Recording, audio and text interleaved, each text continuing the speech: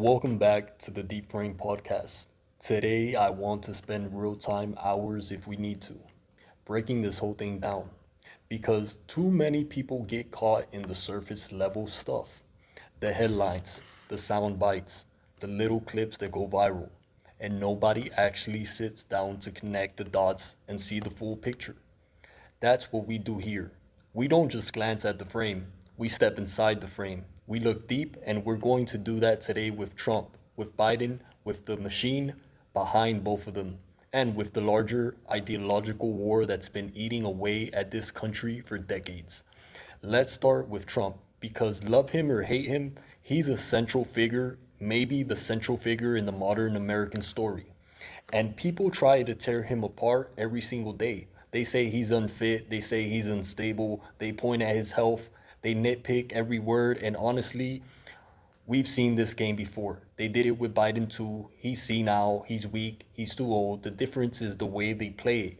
With Biden, they used it as a cover. They wanted him to be weak because that made him easier to control. With Trump, they scream instability because they can't control him. That's the real difference. When you can't control someone, you call them crazy. When you can't control someone, you call them presidential.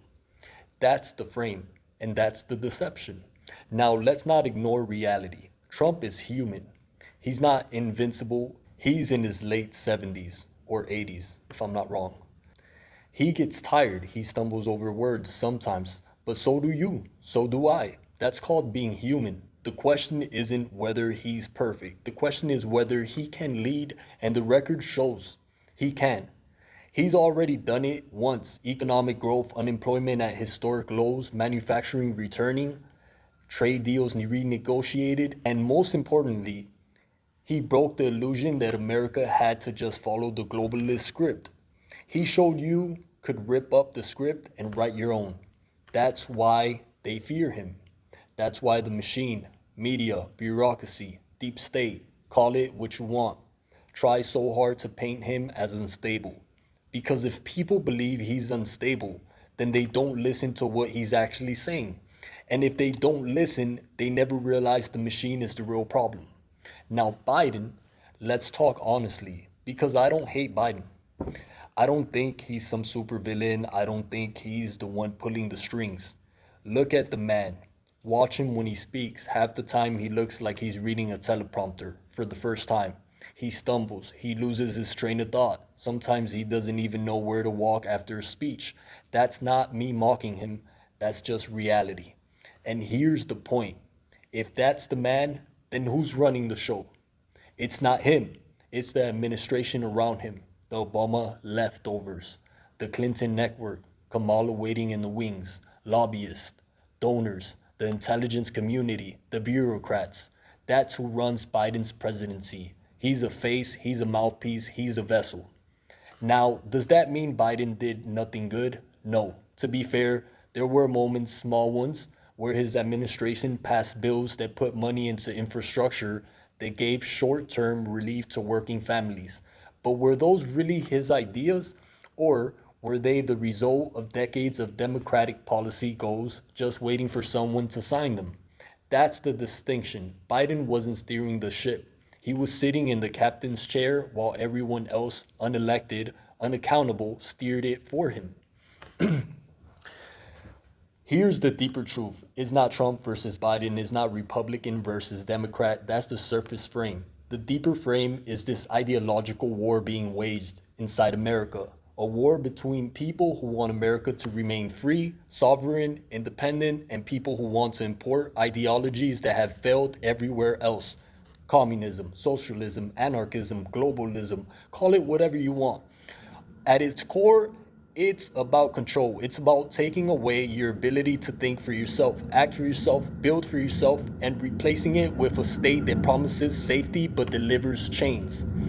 And you see it everywhere in the schools where kids are taught to hate their own country before they even understand it.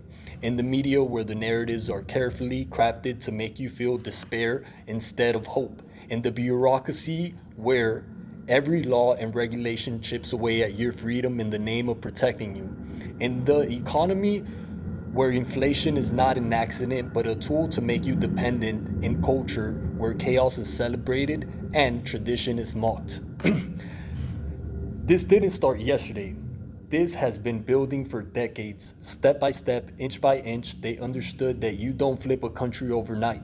You do it slowly, quietly, so that by the time people realize what's happening, they're already trapped. And that's why Trump was such a shock to the system, because he wasn't supposed to happen. He wasn't supposed to win. He wasn't supposed to expose the game.